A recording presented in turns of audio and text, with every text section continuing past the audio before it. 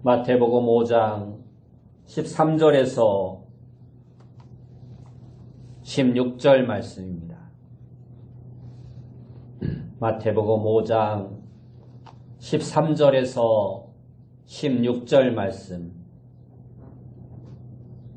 제가 봉독해 드리겠습니다.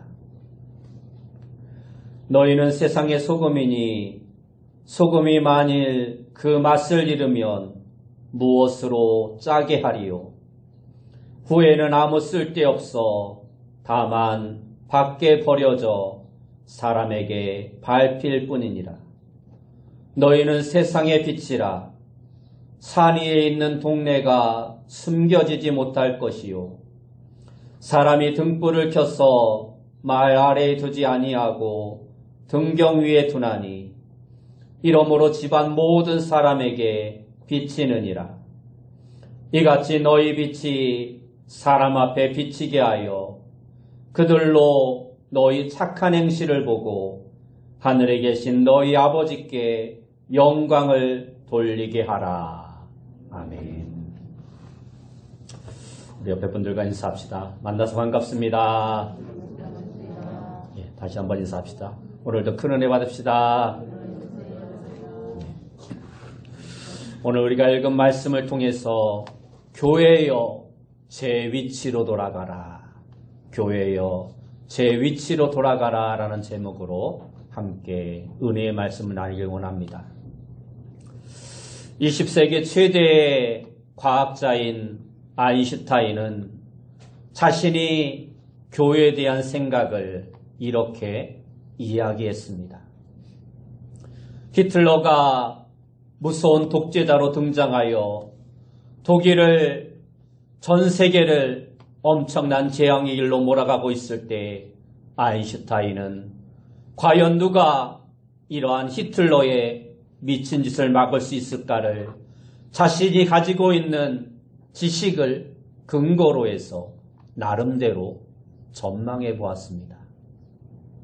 그는 가장 먼저 일반 국민들에게 존경을 받는 대학 교수들에게 기대를 걸었습니다. 그러나 그들 지성인들도 히틀러의 독재에 굴복하고 말았습니다. 그래서 그는 다음으로 국민들의 목소리를 대변하는 신문의 기자들이 그래도 바른 말을 하지 않을까 기대하였습니다. 그러나 얼마 되지 않아서 그들 모두가 히틀러 만세를 부르기 시작했습니다. 그래서 아인슈타인은 이번에는 책을 쓰는 저술가들에게 기대를 걸어보았으나 아무도 그들 가운데 큰 소리를 내는 사람이 없었습니다. 결국 아인슈타인은 자신이 믿었던 모든 사람들이 히틀러의 악행에 아무 소리도 하지 못하고 오히려 동조자가 된 것에 크게 실망하고 말았습니다. 그러나 바로 그때 히틀러에 대한 항거가 아인슈타인이 전혀 생각하지 않은 곳에서 일어나기 시작했습니다. 그곳은 아인슈타인이 평소에 그렇게도 무시하던 교회에서 시작되었습니다. 그는 그렇게 교회만이 히틀러의 탄압 아래서도 진리를 위해 굳게 바른 말을 하는 것을 보았습니다. 그리고 그는 이렇게 고백하였습니다. 교회는 히틀러의 탄압 아래서도 거인처럼 일어나 지식과 진리와 참된 자유를 수호하였습니다. 나는 처음에는 교회를 경멸하였습니다.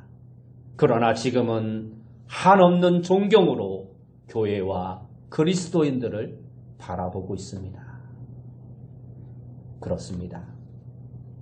당대 최고의 과학자이자 지식인이었던 아인슈타인은 처음에는 교회를 경멸하였으나 결국 교회만이 어떠한 상황 가운데서도 진리를 수호하는 이 시대의 마지막 진리의 보루인 것을 인정하였습니다.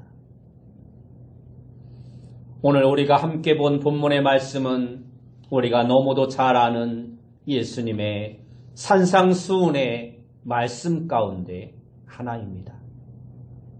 특별히 이 말씀은 교회에 대한 사명을 우리에게 가르쳐주고 있는 말씀입니다. 세상의 빛으로서, 세상의 소금으로서의 교회의 사명을 우리에게 말씀해주고 있습니다. 예수님은 제자들에게 너희는 세상의 소금이며 너희는 세상의 빛이라 말씀하고 있습니다. 여기서 우리가 알아야 할 것은 예수님은 우리에게 소금과 빛이 되라고 말씀하고 있지 않다라는 것입니다. 하나님의 자녀는 천국 백성으로 부름받는 그 순간 이미 소금과 빛이 된 것입니다. 그래서 오늘 본문 13절 말씀에 보면 너희는 세상의 소금이니라고 말씀하고 있으며 14절 말씀에서도 너희는 세상의 빛이라 하고 말씀하고 있습니다. 그리고 본문은 교회가 소금과 빛으로서 사명을 감당해야 할 현장이 바로 이 세상임을 말씀하고 있습니다. 교회는 세상으로부터 분리되어 존재하지 않습니다. 그러므로 교회는 이 세상에서 하나님의 뜻이 이루어지도록 사명을 감당해야 하는 것입니다.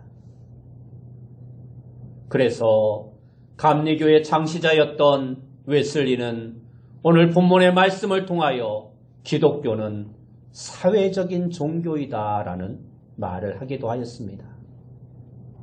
이처럼 교회는 세상에 속한 것은 아니지만 세상 속에 존재하는 교회임을 우리는 알아야 합니다. 그러면서 교회는 세상에 동조되어서는 안 되며 오히려 세상 안에서 세상을 변화시키는 존재가 되어야 합니다.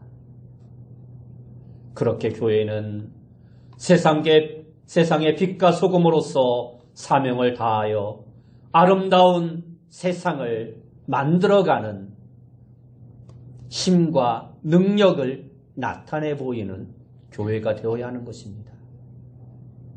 그런데 만일 소금이 그 맛을 잃으면 어떻게 되겠습니까?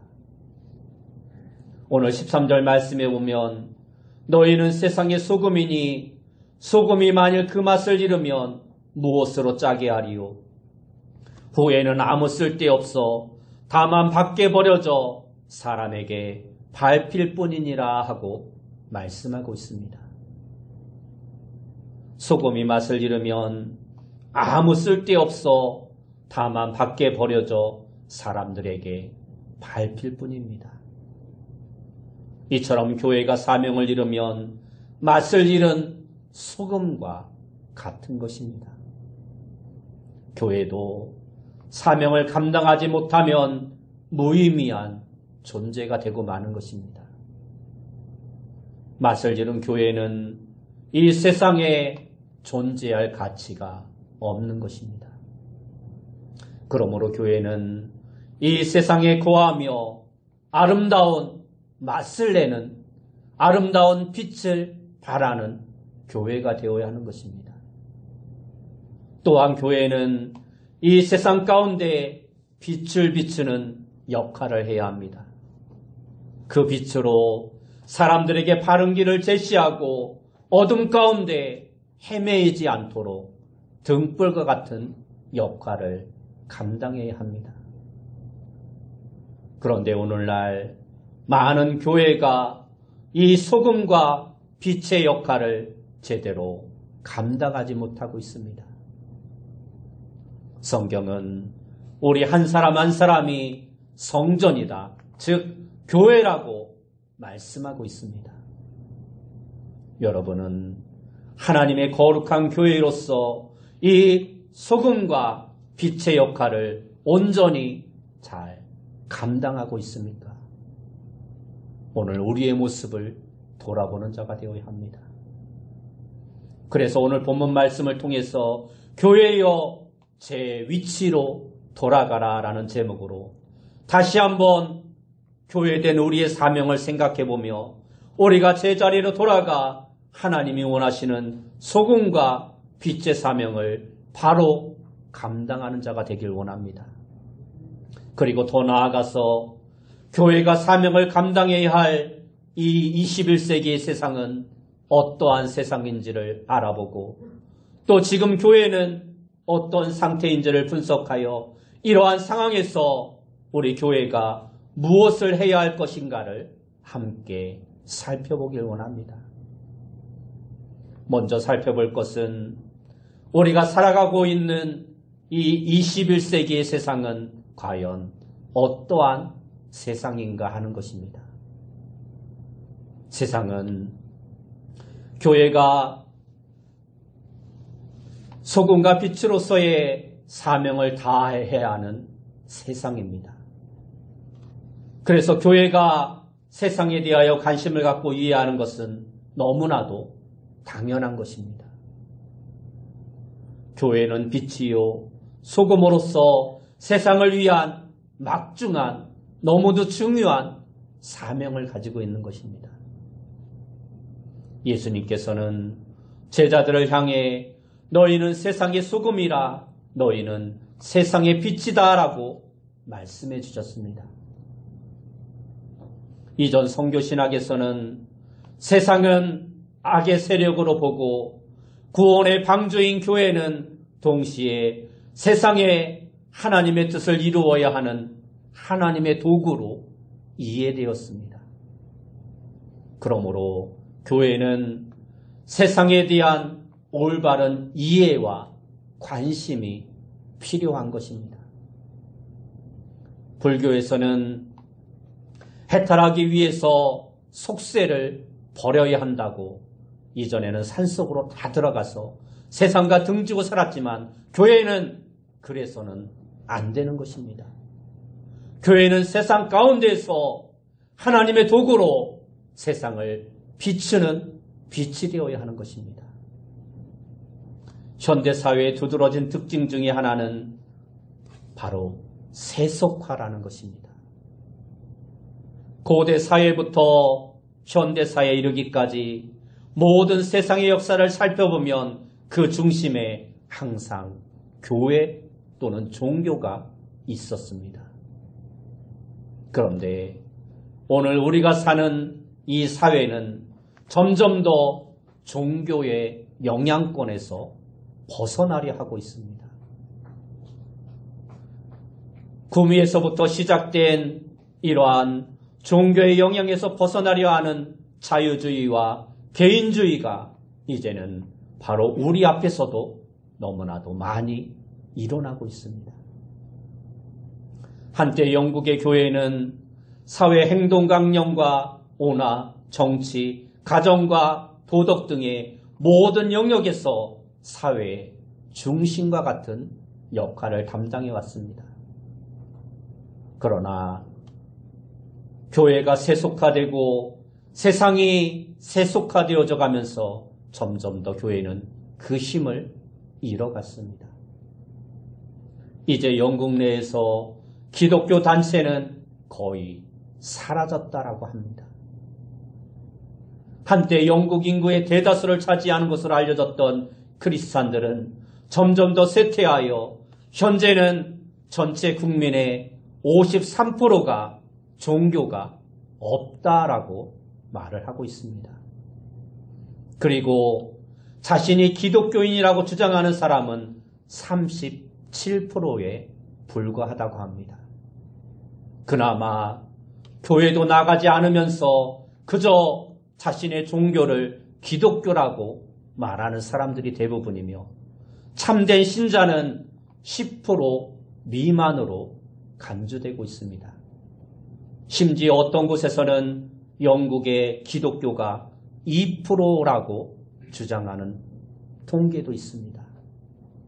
그만큼 많은 사람들이 기독교를 떠나고 있다는 것입니다. 이러한 현상은 대표적인 기독교 국가인 미국에서도 마찬가지입니다. 여러분, 미국이라는 나라가 어떠한 나라입니까? 종교의 자유를 위해서 신대륙을 찾아 떠났던 청교도들이 세운 나라가 바로 미국이라는 나라입니다. 그런데 이제 미국인들의 의식 속에는 그러한 청교도들이 믿었던 그 하나님이라는 이름이 점점 더 사라지고 있습니다. 지난 2021년 1월 미국의 46대 대통령인 조 바이든 대통령이 취임식을 하였습니다. 혹시 여러분 가운데 뉴스나 인터넷을 통해서 바이든 대통령의 취임식 장면을 보신 분들이 있을 수도 있을 것입니다.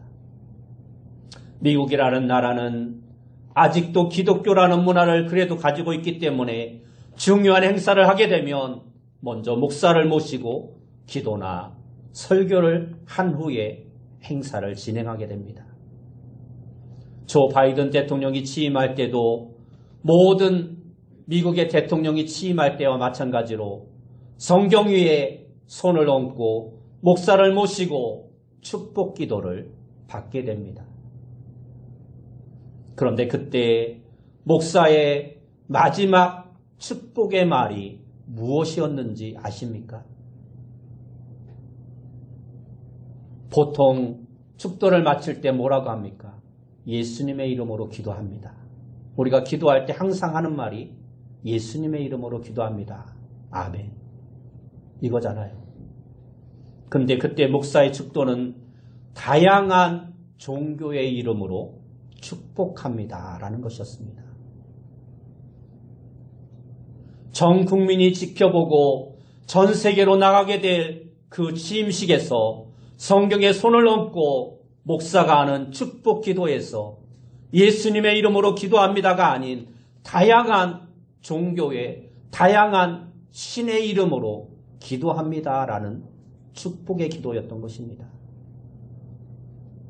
이뿐만이 아니라 이미 미국 내에서는 국회가 개원을 한다든지 다양한 행사에서 목사가 축도를 하는데 그때마다 다양한 종교에서 다양한 이름으로 불려지는 다양한 신들의 이름으로 축복합니다라는 것이 모든 목사들의 축복 기도라고 합니다.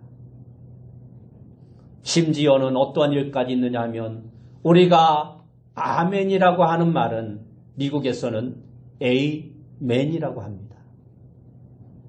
이 말은 영어 알파벳의 첫 글자 그리고 신을 보통 일반적으로 남성으로 보기 때문에 모든 것에 처음 되시는 분에게라는 의미로 에이맨이라고 하는 것입니다. 그런데 이 말을 가지고 이것은 남녀 차별이다. 평등에 어긋난다라고 하면서 에이맨과 에이우먼을 함께 사용하고 있습니다. 남성의 신과 여성의 신의 이름으로 기도한다라는 것입니다. 이것이 실제 미국에서 지금 일어나고 있는 상황입니다. 다른 종교를 믿는 사람이 아니라 목사가 와서 축복하는 과정에서 이렇게 해야지 그 목사를 불러서 축도를 시킨다는 것입니다. 그리고 목사들이 와서 그렇게 축도를 하고 있다는 것입니다. 많은 사람들이 이제 기독교의 종말이 왔으며 기독교로부터 문명을 구출해야 할 때가 되었다라고 말을 합니다. 이러한 시대 속에서 우리의 미래는 아마도 점점 더 어두운 시대로 전락하고 말 것입니다.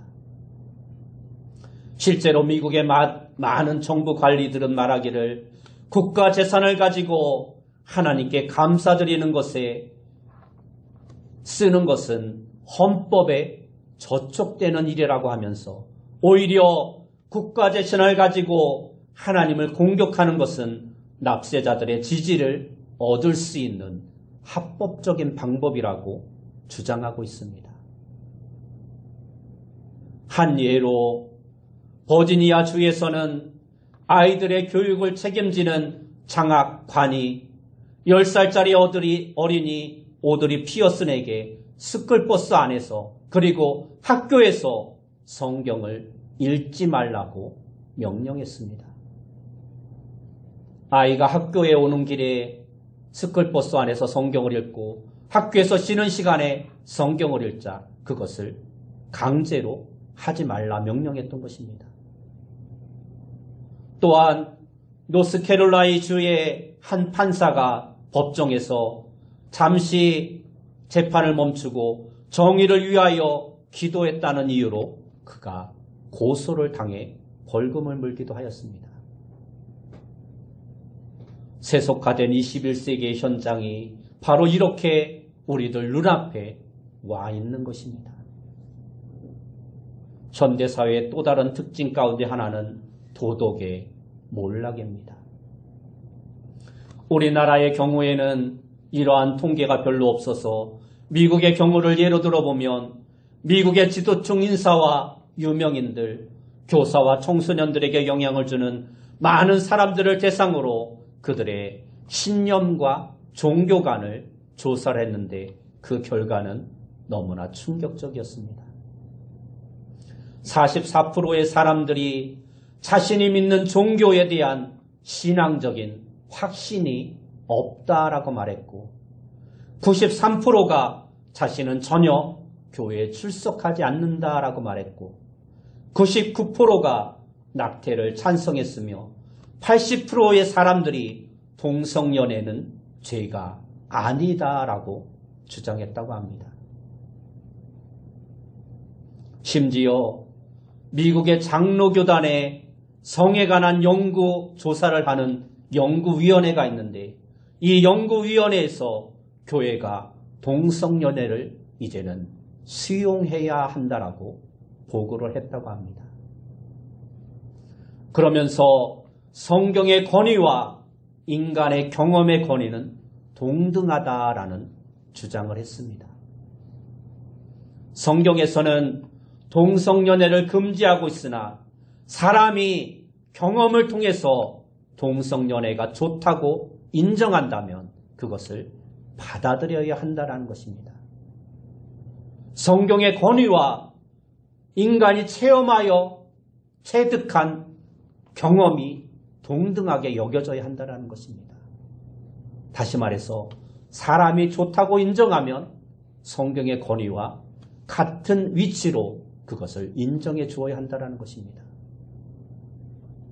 이처럼 현대사회는 윤리와 도덕이 무너지는 너무도 무서운 시대가 되어져 가고 있습니다.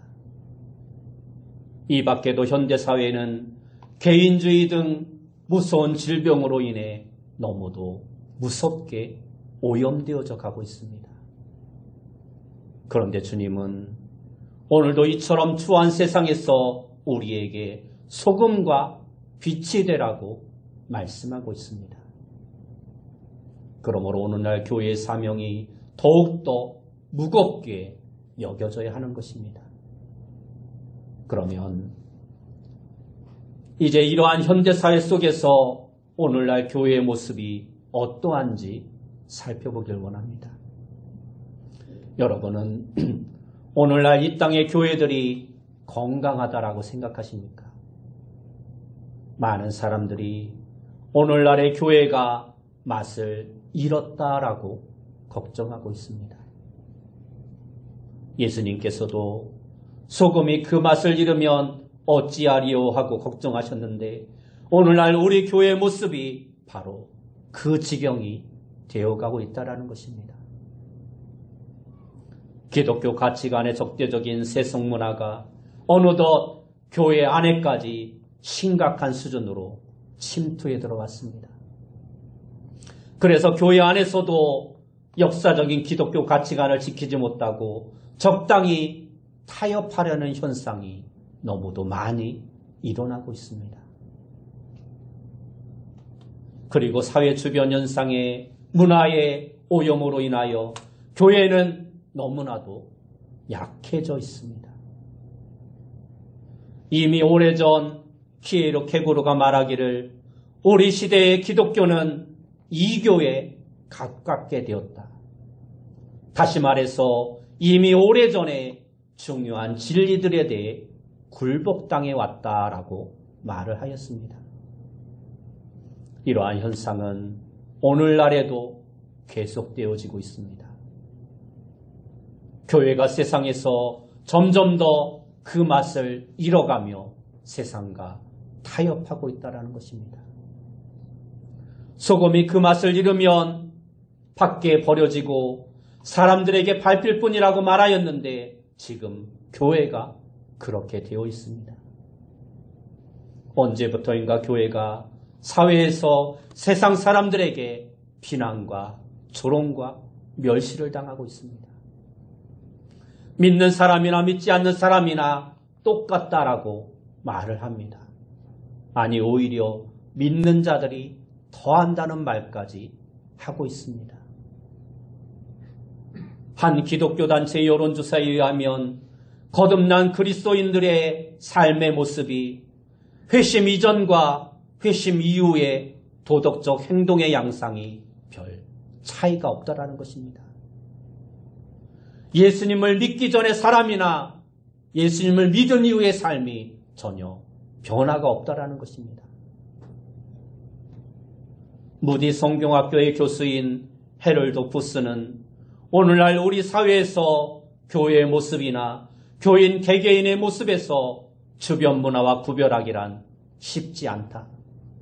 삶의 모습을 훑어보아도 그리고 통계를 통하여 세밀하게 조사해 보아도 이혼과 학대, 사업, 윤리 등을 관찰해 보아도 그가 기독교인 것이 명백하게 구별되지 않는다라고 말을 하였습니다.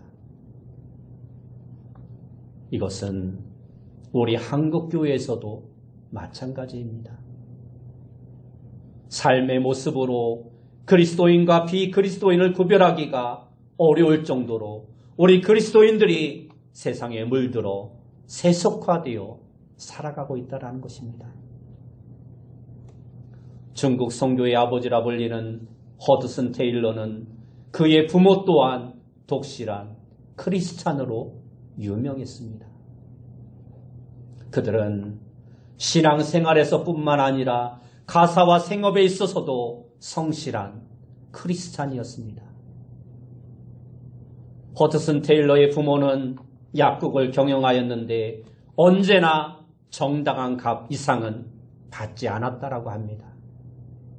뿐만 아니라 때로는 가난한 사람들에게 돈을 받지 않고 약을 지어주면서 미안해하는 사람들에게 이렇게 말했다라고 합니다. 걱정하지 마십시오. 계산서는 천국으로 보내겠습니다. 거기 가서 갚아주시기 바랍니다. 그리고 약이 떨어지면 언제든 부담 갖지 말고 다시 오시기 바랍니다. 이 얼마나 맛있는 그리고 참된 빛이 되는 그리스도인의 삶의 모습입니까? 이처럼 성도의 맛이 있어야 오늘날 성도들은 그 맛을 잃어버렸다라는 것입니다. 이것이 큰 문제입니다. 성도가 성도로서의 맛을 온전히 내야 하는데도 말입니다. 오늘날 많은 교인들이 이 교회의 그리스도인이 되어 있습니다. 말만 그리스도인이지 실제로는 이교도와 다를 바가 없다라는 것입니다. 많은 사람들이 교회 다니고 있으면서도 사이비 복음을 믿고 따르고 있습니다. 자신은 아무런 대가도 치르지 않으면서 값싼 은혜만을 받길 원하고 있습니다. 말로는 복음을 외치면서도 아무런 변화도 없는 거짓 신앙을 따르고 있는 것입니다. 하나님의 영광, 그리스도의 주되심, 제자의 도, 심판의 실제성, 죄의 심각성 등은 소홀히 하고 그 대신 인간의 행복과 평화와 만족만을 꾀하는 평안한 복음만을 듣기를 좋아합니다. 이전에는 사람들이 하나님께 영광을 돌리는 것이 교회의 주된 가르침과 목표였으나 이제는 인간을 좋게 하고 사람들의 마음을 만족시키는 그러한 설교를 많이 하고 또 사람들도 그러한 설교를 듣기를 좋아합니다. 과거 독일 교회들이 히틀러를 독일 민족의 부흥을 위한 정치적 메시아로 받아들이고 그의 말에 복종해 갈 때 오직 예수 그리스도만을 주장하며 히틀러에 대항하여 교회의 본질을 지키려 했던 본 회포 목사는 이처럼 자기 희생이 없는 개인의 만족만을 위한 복음을 값싼 은혜라 말하였습니다. 오늘날 교회는 이러한 값싼 은혜만을 추구하다가 그 맛을 잃어버리고 만 것입니다. 이제 교회는 제 위치로 돌아가야 합니다. 자기 자리를 찾아야 합니다. 교회가 제 위치를 찾아야 빛과 소금의 사명을 감당하는 바른 교회가 될 수 있는 것입니다. 세상은 점점 어두워져 가고 있습니다. 도덕적으로 너무도 타락해 가고 있습니다. 세속화의 바람은 점점 더 세차게 불어오고 있습니다. 바로 이러한 때일수록 이 땅의 교회가 더욱더 필요한 때임을 우리는 알아야 합니다. 그런데 교회가 이러한 세상 가운데서 그 맛을 내야 하는데 반대로 그 맛을 잃어가고 있으니 이것이 문제인 것입니다. 그러므로 교회가 다시 맛을 찾아야 합니다. 그리고 제 위치를 찾아서 빛과 소금의 사명을 다해야 합니다.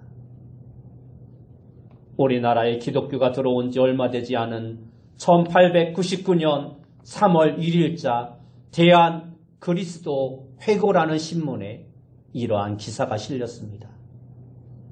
이번에 새로 생긴 북구 군수 중에 한 분이 말하기를 예수교가 있는 마을에는 갈 수 없으니 영남의 고을로 옮겨달라고 하였습니다. 어찌하여 예수교가 있는 마을에 갈 수 없는가 하였더니 기독교는 하나님을 공경하고 사람을 존중하고 사랑하는 도를 따르는 종교라. 이것을 참으로 믿는 사람이 어찌 추후라도 그릇된 일을 행하겠으며 관장의 명을 거역할 수 있겠습니까?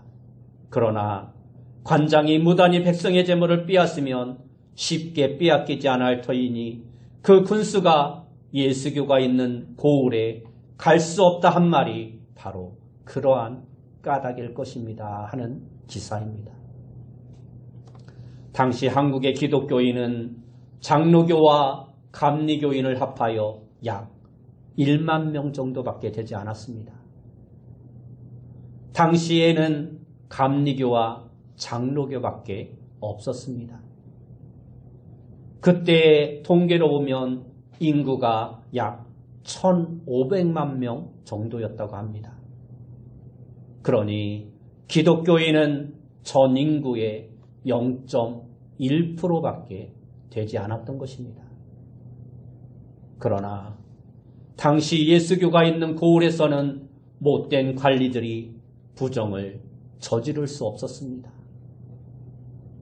그 당시 예수교인은 세상의 소금과 빛과 같은 역할을 담당했던 것입니다. 0.1%에 불과하지만 그러한 마을에서는 군수가 부정을 저지를 수 없을 정도로 그리스도인들이 그 역할을 온전히 감당했다는 것입니다. 소금은 많아야 맛을 내는 것이 아닙니다. 적어도 그 역할을 다할 때 귀하게 쓰임을 받게 되는 것입니다. 이처럼 교회는 이 땅의 소금의 사명을 감당해야 합니다. 보물섬이라는 책을 쓴 루이스 스티븐스는 어린 시절의 한 사건을 늘 기억하고 있었다라고 자신을 이야기했습니다. 해질 무렵이면 할아버지는 가로등 등잔에 하나씩 불을 붙이는 일을 하였는데 자신의 창문을 통해서 늘 그것을 쳐다보았다라는 것입니다. 오랜 세월이 흐른 후 스티븐슨은 이렇게 말했습니다. 그 가로등지기 할아버지에 대하여 항상 인상이 남는 것은 그 할아버지가 지나간 곳에는 항상 불이 밝혀져 있었다는 것이다. 그러면서 그는 이렇게 물었습니다. 당신이 지나온 삶의 길에 빛을 남기고 있습니까? 모든 이에게 소망과 사랑의 빛을 밝혀주는 삶을 살았습니까? 라고 물었습니다. 그렇습니다. 우리 그리스도인들은 이 땅을 밝히는 등불이 되어야 합니다. 어디로 가야 할지 모르는 영적으로 무지한 자들에게 참된 생명의 길을 비추는 등대와 같은 자가 되어야 합니다. 교회여, 제 위치로 돌아가라. 교회여, 세상에서 빛과 소금의 사명을 다하라. 우리 모두는 주님께서 외치시는 이 말씀에 귀를 기울여야 합니다. 여러분, 우리는 세상의 소금입니다. 우리는 세상의 빛입니다. 주님이 우리를 그렇게 불러주셨습니다.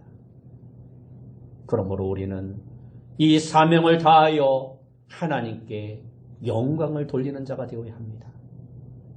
오늘 본문 16절의 말씀처럼 이같이 너희 빛이 사람 앞에 비치게 하여 그들로 너희 착한 행실을 보고 하늘에 계신 너희 아버지께 영광을 돌리게 하라는 이 말씀을 기억하여 언제 어디에서나 빛과 소금의 사명을 다하여 하나님의 거룩한 교회로서의 사명을 감당하는 귀한 성도님들이 다 되시길 예수님의 이름으로 축원합니다. 기도하겠습니다. 사랑하는 주님, 우리 모두가 이 어두워져가는 세상 속에서, 이 썩어져가는 세상 속에서 빛과 소금으로서의 사명을 다하는 참된 그리스도인들이 되어줄 수 있도록 인도하여 주옵소서. 예수님의 이름으로 기도드리옵나이다. 아멘.